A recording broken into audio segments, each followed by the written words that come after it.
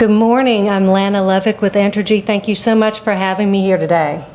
I'm going to talk to you a little bit about the programs that Entergy currently is running and is planning to run in the next year or so, and then give you a little bit of a background on energy efficiency in the South in general, and then talk about some of the challenges that we face as utilities in putting programs out there here in the South. Let's see if I've got this right. Kind of point it. Okay. So Entergy operates in 5 jurisdictions. We have 6 operating companies. We have active programs in 3 of our operating companies. Entergy Texas has had programs since 2002. Entergy Arkansas has had programs in place since 2008, and Entergy New Orleans since 2010. So we've got a little bit of experience with programs here. Within the next year, we plan to have programs in place in our Louisiana jurisdictions as well as Mississippi, and we're working on those now. I also wanted to note that since 2002, we've spent about $120 million on energy efficiency, saved 238 megawatts and 526 megawatt hours. We've also avoided 210 metric tons of CO2. Neil had talked about the different flavors in the different jurisdictions related to energy efficiency. And this just gives you, this I guess backs up what he's just said. These are the programs that we offer in Arkansas, Louisiana, New Orleans, and Texas. And you can see that they're all very different. We've got different programs, different number of programs in each of those jurisdictions.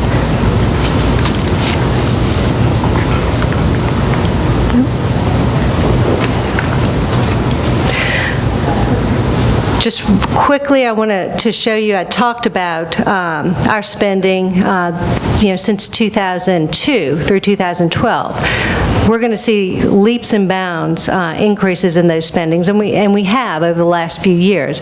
We've seen 60% increase a year in spending at Entergy on energy efficiency programs, and we expect to see that continue. We're thinking that by next year we'll be spending about $90 million a year on energy efficiency.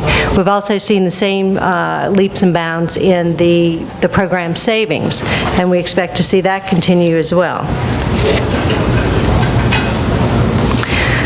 This gives you just an idea of where some of the leaders in the industry, some of the people who look at this regularly, see energy efficiency in the South going versus other areas of the country.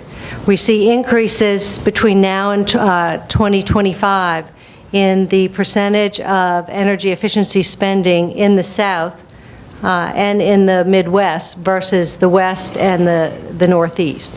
So we see energy efficiency spending shrinking as a percentage of total spending for energy efficiency around the country in the 2 areas who have had programs for a relatively long period of time.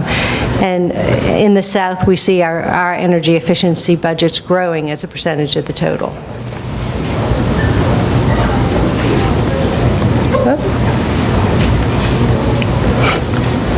Well, it looks like I'm missing one slide that didn't come out. But I'll tell you about that just quickly, what's on there. It was an interesting slide, too, so I'm sorry that it's not up here. One of the greatest challenges of energy efficiency programs in our jurisdictions is the ability to maintain cost-effective programs, given the current low avoided costs that utilities in the South have. So that's a challenge for us. The average retail electric price in the South, in Entergy's jurisdiction specifically, is about 25% below the national average currently. So that makes it a little more difficult to find cost-effective programs in the South. In fact, the daily average cost of energy in our territory is $3.34 a day for the average customer. That's about what it costs for a cup of coffee at Starbucks. So, the costs here are relatively low when you look at just the average cost. At the same time, gas prices over this same period of time have risen by 55%, milk prices by 12%. And while energy prices nationally are up about 3%. That being said, the cost of energy in our service territory, and Neil spoke to this as well, still remains one of the highest in terms of percentage of consumers' wallets, given the relatively low economic status of the customers in our region. So it's important, and energy efficiency can play a big role in helping those customers who need the help most. I know that Leo Denault was your key speaker at lunch yesterday, and he mentioned that the number of customers in our service territory near or close to the poverty level, or those needing assistance, is about 25% of our total customer base. There are programs in our portfolio, some directed towards low-income customers, some available to all customers that are at low to no cost to these customers they can take advantage of. Direct install programs help resident homeowners as well as renters. The low-income programs. In New Orleans, the low-income program has this year so far surpassed its goal by over 1,000%.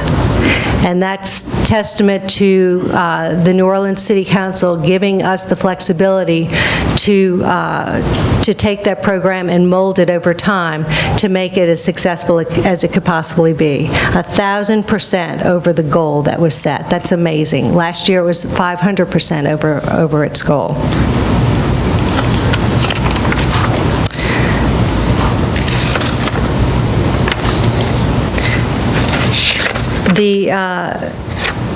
Let's see, I'm going to go back one, if I can.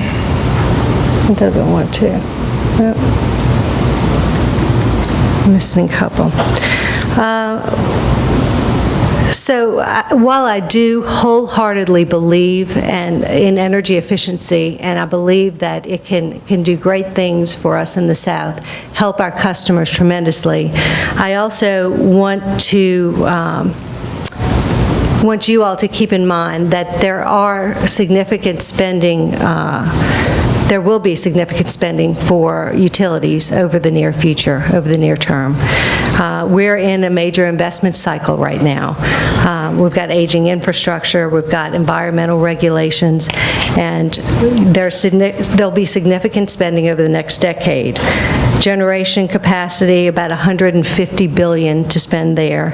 Transmission investment of about $100 billion, and incremental environmental costs of nearly $55 billion.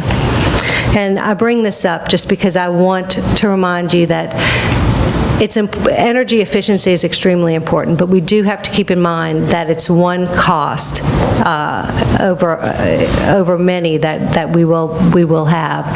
And so I agree completely with Neil that we need to look at it in the context of a least cost plan. Because that way we'll be sure to get the least cost resources that we need and do it in a way that's responsible to the customers.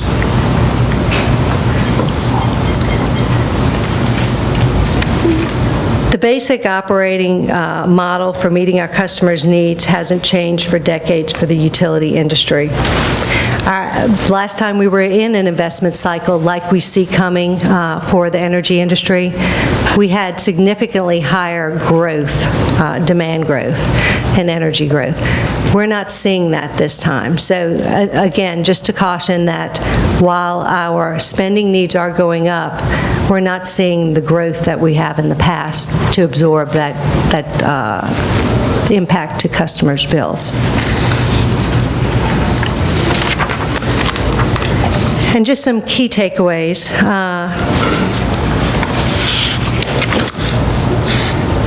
Energy efficiency is considered a very valuable and needed resource, especially where it can avoid or delay cost in generation, transmission, and distribution. Policymakers and utilities must consider all utility capital needs and their impact on customers, and not consider energy efficiency in a vacuum. And we can do that through integrated resource planning. In order to properly incent utilities to consider energy efficiency on par with all of these other resources, it's important that we be allowed to recover our program costs and our fixed costs. And then also allowing a utility to earn a return on their energy efficiency investment provides the proper incentive for us to put these resources on par with other spending that we do have. Thank you.